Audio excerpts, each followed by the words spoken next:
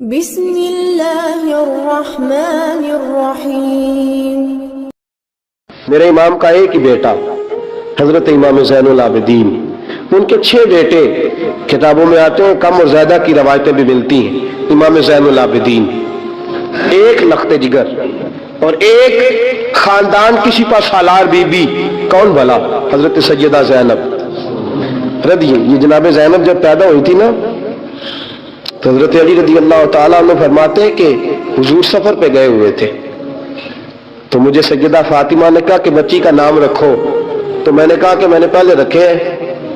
کہا حضور تو سفر پہ ہے، فرمایا آئیں گے تو نام رکھیں گے۔ جناب زینب رضی اللہ تعالیٰ اور حضرت امام زین العابدین کی مختلف روایتوں میں مختلف عمر آئی۔ یہ 2 خاندان کے بڑے بچے تھے، خاندان کے یہ 2 بڑے بچے تھے۔ میرے دوستو، یہ جو ایک اہم مسئلہ آپ کے گوش گزار کروں، پہلے یہ ہوتا تھا پہلے کہ خلافت روحانی بھی اور سیاسی بھی ایک ہوتی تھی۔ امام حسن تک ایک رہی، روحانی خلافت بھی اور سیاسی خلافت بھی ایک رہی۔ مسئلہ تھوڑا باریک ہے، تھوڑا سا آپ کو میری بات غور سے سننی پڑے گی۔ پہلے خلافت ایک ہوتی تھی، روحانی بھی اور سیاسی بھی۔ حضرت ابو بکر صدیق رضی اللہ تعالیٰ عنہ سیاسی کام بھی کرتے تھے مسجد نبی کے منبر پر بیٹھ کر، اور ساتھ ساتھ لوگوں کو روحانیت کی طرف بھی توجہ دلاتے تھے، اللہ بھی سکھاتے تھے، لوگوں کو نماز بھی پڑھاتے تھے، جمعہ بھی پڑھاتے تھے، سارا کچھ ہوتا تھا۔ جناب امام حسن تک یہ کام رہا، حضرت عمر فاروق، حضرت عثمان غنی، جناب علی مرتضیٰ اور امام حسن تک یہ سلسلہ رہا۔ پھر خلافت 2 حصوں میں بٹ گئی، ایک ہو گیا سیاسی خلیفہ جو حکومت چلائے، اور ایک ہو گیا روحانی خلیفہ جو لوگوں کو اللہ بتائے۔ وہ جو خلافت تھی نا روحانی، وہ آج تک آ رہی ہے، صوفیاء کے ذریعے، علماء کے ذریعے، نیک اور پارسا لوگوں کے ذریعے وہ اللہ بتاتے ہیں، وہ اللہ بتاتے ہیں، پھر اپنا خلیفہ بناتے ہیں، پھر وہ اللہ بتاتا ہے۔ یہ وہ ہے خلاف۔ حضرت امام زین العابدین رضی اللہ تعالیٰ عنہ کو بادشاہ وقت نے بلایا نا اپنے پاس، تو زین العابدین نے فرمایا میں نہیں جاؤں گا، میں جاؤں گا۔ عبد المالک بن مروان نے بلایا اور امام زین العابدین کو کہا کہ آپ کو ضرور آنا پڑے گا۔ آپ نے فرمایا اس کی وجہ؟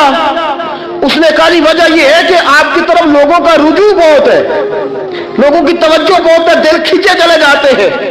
امام زین العابدین نے فرمایا سارا زمانہ بھی میری طرف آئے، پھر میں بادشاہ کے دربار میں، بادشاہ بزرگوں کے پاس آئے تو ان کی عزت بڑھتی ہے، اور اگر نیک لوگ بادشاہوں کے دروازوں پہ جائیں تو ان کی عزت گھٹتی ہے۔ فرمایا میں نہیں جاؤں گا۔ اس نے کہا کہ امام مجھے سمجھ کوئی نہیں آتی۔ امام زین العابدین سے کہنے لگے مجھے سمجھ کوئی نہیں آتی کہ بادشاہ میں ہوں لیکن راشا آپ کے پاس ہوتا ہے۔ عجیب تماشا ہے کہ لوگوں کی تلواریں میرے ساتھ رہتی ہیں، دل آپ کے ساتھ دھڑکتے ہیں۔ میں دیکھتا ہوں کہ مدینے کے بعد ایک کٹیا میں آپ رہتے ہیں، کٹیا میں، لیکن میں دیکھتا ہوں کہ سورج بھی چڑھتا ہے تو آپ کو سلامی دے کے چڑھتا ہے، اور چاند بھی نکلتا ہے تو حسین کے بیٹے کے قدم چوم کے نکلتا ہے۔ امام زین العابدین مدینے سے باہر چلے گئے، ڈیرا لگا لیا، عمر بھر اسی جگہ۔ نام تو علی اوس تھا نا آپ کا، لیکن زین العابدین عبادت کرنے والوں کی زینت۔ میرے امام نے خلیفہ عبد المالک بن مروان سے کہا تو باز آ جا، میں حسین کا بیٹا ہوں، مجھے لوگوں کو اللہ سکھانے دے۔ اب میں تخت خلافت پہ بیٹھ کر نہیں، میں چٹائی پہ بیٹھ کے دین پڑھاؤں گا، اب میں فرش زمین پہ بیٹھ کے لوگوں کو اللہ سکھاؤں گا۔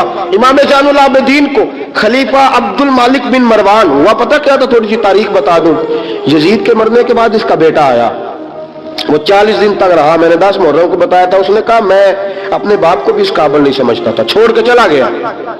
اس کے بعد حضرت عبداللہ ابن زبیر رضی اللہ تعالیٰ عنہ جو تھے، وہ کیونکہ مکہ اور مدینہ اور حجاز کے لوگوں نے انہیں اپنا امیر بنا لیا تھا، جب یزید کے بیٹے نے خلافت چھوڑی تو وہ پورے ملک کے ایک جو ہے وہ امیر بن گئے۔ ان کے درمیان ہی مروان نے سازش کی، مصر اور شام پہ اس نے اپنا تسلط جما لیا۔ مروان مرتے وقت اپنے بیٹے عبد المالک بن مروان کو بنا گیا امیر۔ عبد المالک بن مروان بڑا ظالم، بڑا خونخوار، بڑا بد تہذیب آدمی تھا۔ امام زین العابدین سے کہنے لگا کہ آپ کو آنا پڑے گا۔ آپ نے فرمایا میں کوئی نہیں آؤں گا۔ اس نے امام زین العابدین کو گرفتار کرایا۔ بہت سارے بزرگوں نے لکھا ہے، بالخصوص امام کشیری نے رسالہ میں لکھا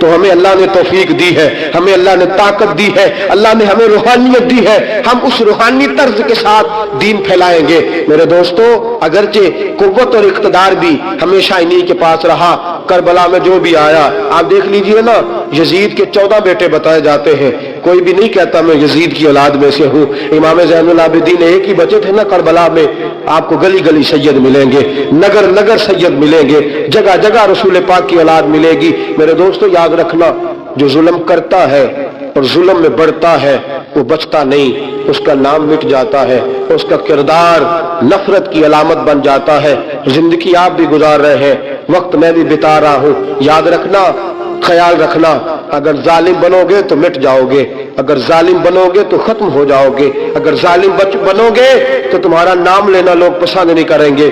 ظلم کا نشان بن کے نہ رہنا, محبت کی علامت بن کے رہنا. اگر کبھی مار بھی کھانی پڑی تو وقتی طور پہ کھا جانا, تھوڑی دیر کے لیے مار کھا کے دیکھنا. کبھی کبھی مار کھانے میں بھی بڑی عزت ہوا کرتی ہے, کبھی کبھی مار کھانے اور برداشت کرنے میں بھی بڑا وقار ہوتا ہے. کبھی یہ بھی کر کے دیکھو, اس میں بھی ایک ذائقہ ہے, اس میں بھی ایک لطف ہے. میرے عزیزوں, جو ظلم کرے گا نہیں رہے گا, جو ظلم کرے گا اگر کتنے بھی اس کی ہاں اولادیں ہو جائیں اس کا نام نہیں چلے گا. جو محبت کرے گا, جو مار کھائے گا, خواجہ معین الدین چشتی نے بڑی مار کھائی, داتا علی اجمیری نے ہندوؤں سے بڑی مار کھائی, حضرت غوث پاک جیلانی کو بڑا ستایا گیا. یہ مار تو کھاتے رہے لیکن پیغام حق پہ ڈٹے رہے. اسے مار کھانی آ جائے, مار کھانی, بلکہ مولا رومی فرماتے ہیں جسے کٹنا آ جائے وہ بچ جاتا ہے, جسے قربان ہونا آ جائے اسے عزت مل جاتی ہے. جو برداشت کرنا سیکھ جاتا ہے وہ محبت کی علامت بن جاتا ہے. میدان کربلا نے یہ سبق دیا کہ اگر وقتی طور پہ مار کھانی پڑی تو ذرا کھا کے دیکھنا, لیکن کھانا حق کے رستے میں, کھانا حق کے رستے میں. اور ایک اور بات بھی ذہن کے اندر رکھیے, ضروری نہیں کہ کسی جگہ پہ کثرت ہو جائے, زیادہ ہو جائے تو وہ حق کی علامت ہی ہو. ہمیشہ کثرت حق کی علامت, اتبعوا سواد العظم والا معاملہ دوسرا ہے, لیکن کثرت ہمیشہ صداقت کی علامت نہیں ہوتی. یزید کے ساتھ تھے تو بہت زیادہ, لیکن کبھی بھی دل کے ساتھ انہوں نے یزید کی سپورٹ نہیں کی. تھے بہت امام حسین کے ساتھ, اس وقت تو تھوڑے تھے, لیکن ذرا آج تک دیکھیے کتنے ہیں جو امام حسین سے پیار کرتے ہیں, میدان کربلا سے لے کر آج تک. اور پھر کسی نے کہا تھا نا, انسان کو بیدار تو ہو لینے دو, ہر شخص پکارے گا ہمارے ہیں حسین. پھر دیکھنا صبح قیامت تک کتنے ہیں. حق کے نام پہ ڈٹ جاؤ, اگر تم ایک بھی ہوئے, دو بھی ہوئے, 10 اور 12 14 بھی ہوئے, رہنا حق پہ قائم رہنا. مار کھا کے دیکھنا, اس میں بھی بڑی لذت ہے. ظلم سے بچنا, ظلم بہت بڑا عیب ہے, ظلم بہت بڑی بیماری ہے. لگ جائے گی تو نام و نشان مٹا دے گی, ختم کر دے گی صفحہ ہستی سے ظالم کو. اللہ میں ہر قسم کے ظلم سے بچائے, ہمیشہ مدحت خیر الانام میں گزرے. دعا ہے یہ عمر درود و سلام میں گزرے. وآخر دعوانا الحمدللہ. امام ابو نعیم کہتے ہیں ایک 100 گھر تھا مدینہ شریف میں, 100 گھر, تھوڑی آبادی ہوتی تھی تو 100 گھر بہت بڑی تعداد تھی.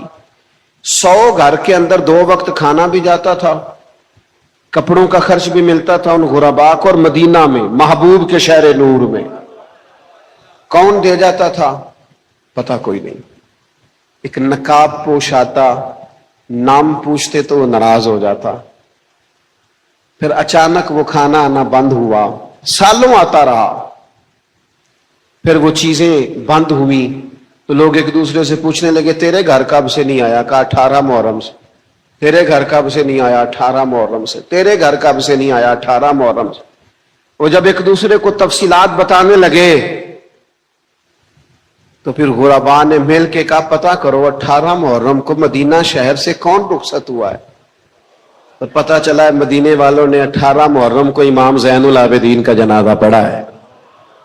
محبوب پاک صلی اللہ علیہ وسلم کی اولاد پاک کے یہ شہزادے 100 گھروں میں کھانا پہنچاتے تھے چہرے پہ نقاب ڈال کے, اس لیے کہ تصویروں کا شوق نہیں, اخبار کی سرخیوں کا ذائقہ نہیں, فیس بک کا پیج چلانے کے شوقین نہیں. یہ لوگ ان ساری چیزوں سے بے نیاز, رب کو راضی کرنا ہے, اللہ کی رضا کے لیے کام کرنا ہے. پیچھے پیچھے رہ کے, پیچھے ہٹ کے, بیک پہ رہ کے, تھوڑا سا دور ہو کے کسی کو پتہ نہ چل جائے, کسی کو خبر نہ ہو جائے میرا اور میرے رب کا معاملہ, کوئی بیچ میں نہ آ جائے. للہیت پیدا کر میرے دوست, ورنہ تو میں نے دیکھا ہے سیانے سیانے بندے پریشان ہوتے ہیں. اچھا وزادار آدمی ہوتا ہے, سمجھدار ہے, اور اس کے کام بھی ہیں, اس نے خدمات بھی کی ہیں, لیکن جب وہ خود اپنا آپ بتانے لگ جاتا ہے نا, وہ جب خود اپنا آپ کارڈ دینے لگ جاتا ہے نا. میں نے ایک دفعہ دوست کچھ ملنے آ رہے تھے, تو انہوں نے مجھ سے ایڈریس پوچھا, تو میں مصروف تھا, تو میرے منہ سے نکل گیا پہ آپ نا سڑک سے کسی سے بھی میرا نام پوچھ لینا تو پہنچ جائیں گے. چند سیکنڈ کے بعد فوراً مجھے خیال آیا, میں نے کہا بھلا تو کیا ہے, حد ہو گئی ہے, تو نے کیا سمجھ لیا ہے, تو ہی بستا ہے اور کوئی رہتا نہیں. میں نے دوبارہ انہیں فون کیا, میں نے رستہ سمجھانا شروع کیا, تو کہنے لگے وہ پہلی بات ٹھیک نہیں تھی. میں نے کہا نہیں وہ نہیں ٹھیک تھی. ایک بات ہوئی کہ میں بڑی شے ہوں, کسی سے پوچھو گے تو پہنچ جاؤں گا. کیا ان باتوں کا کیا مقصود ہے؟ اپنی زندگی کے اندر اپنے آپ کو وہاں رکھیں جہاں میرے رب نے رکھا ہے. کوئی ایسی بات نہ کرے, کوئی ایسا بول نہ بولے, کوئی ایسا جملہ نہ کہیں وارث شاہ مان کری نہ وارثاں دا, رب بے وارثہ کر کے مار دائی. اس کی بے نیازی سے ڈرے, بے پرواہی ویک سجن دی, جتھے کسے دی پیش نہ جاوے, انہیں تاجاں والے در در رولے تے منگتے ہیں تخت بٹھاوے. آزم کسے نو کارا مل دئی, کوئی کعبے خالی آوے. اللہ کی بے نیازی سے, اس کی حکمت سے ڈرے.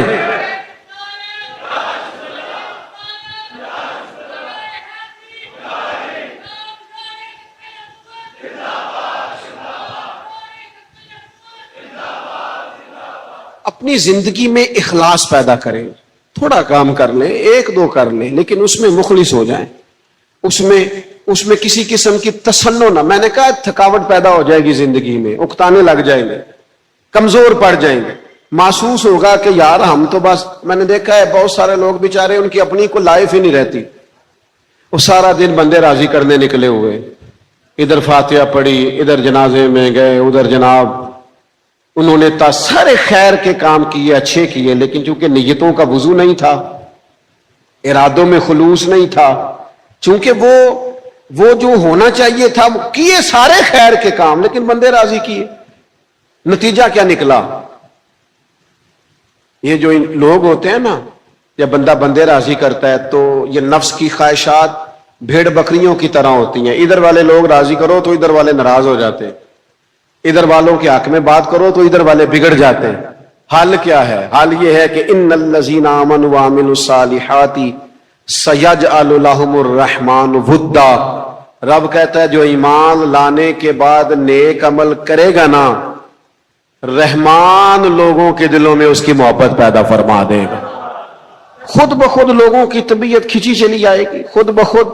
اور نبی پاک علیہ الصلوۃ والسلام نے فرمایا رب جب کسی بندے سے محبت فرماتا ہے نا تو حضرت جبریل امین علیہ السلام کو بلاتا ہے. یہ صحیح حدیث میں موجود ہے. حضرت جبریل کو بلا کے فرماتا ہے میں اس بندے سے محبت کرتا ہوں, یا اللہ میرے لیے کیا حکم ہے؟ تو فرمایا جبریل آپ بھی اس سے محبت کیجیے. یا اللہ ہو گئی محبت پیدا دلوں میں. فرمایا فرشتوں میں, حور و غلمان میں اعلان کر دو رب اس سے پیار کرتا ہے, سارے اس سے پیار کریں. مالک کر دیا, سب نے محبت. فرمایا اب زمینوں میں بھی اعلان کر دو کہ رب اس سے محبت کرتا ہے, سارے اس سے محبت کرے. رب راضی ہو جائے تو دلوں میں محبت پیدا کر دیتا ہے, لیکن تھوڑا سا نا باہر آئیں, اس تکلف سے نکلیں. ہم نے لوگوں کو بوجھ تلے رکھ دیا ہے, لوگ ہماری وجہ سے پریشان ہیں, لہجے انداز اور طرح کے ہو گئے ہیں. ہم بانٹنے میں لائنیں لگا کے بڑے خوش ہوتے ہیں, ہم جب دینے لگتے ہیں تو ہمیں سخی کہلا کے بڑی. دیکھنا, یاد رکھنا, ہماری حیثیت کوئی نہیں کسی کو دینے, یہ تو اللہ کی توفیق ہے, اس نے دینے. امام شافعی سے کسی نے کہا تھا مستحق بندہ کوئی نہیں ملتا, کوئی مستحق ملے تو میں اسے دوں. تو امام صاحب اس کی بات سن کے ہنس پڑے. کہنے لگا آپ ہنسے کیوں؟ تو امام صاحب فرمانے لگے ہنس اس لیے رہا ہوں کہ تیرا کیا خیال ہے جو رب نے تجھے دیا تو اس کا مستحق تھا؟ اللہ نے تجھے جو عطا کیا ہے تیرا استحقاق تھا کہ تجھے ملتا؟ کہنے لگا نہیں دی، اس نے کرم سے دیا ہے. تو فرمایا تو بھی زیادہ نہ ٹٹول، رب کے بندوں کو دے، تو خرچ کر، میرا رب تجھے عطا فرمائے گا. تو اپنی زندگی میں اخلاص پیدا کرنا ہے، للہیت پیدا کرنی اور خیر والے کام کرنے، جھجک سے نکل آئے نیکی کے کاموں میں. بابا فرید صاحب سے کسی نے کہا تھا دل پریشان رہتا ہے،